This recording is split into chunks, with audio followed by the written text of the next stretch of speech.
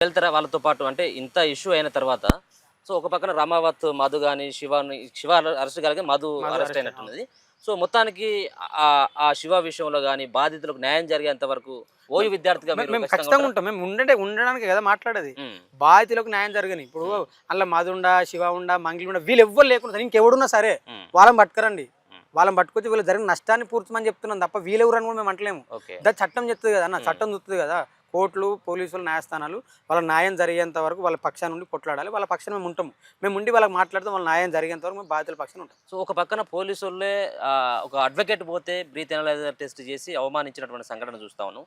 బాధితులు వెళ్లి కమిషనర్ సజ్జనార్ను కలిసేటువంటి ప్రయత్నం చేసినా ఆయన కలవలేదు.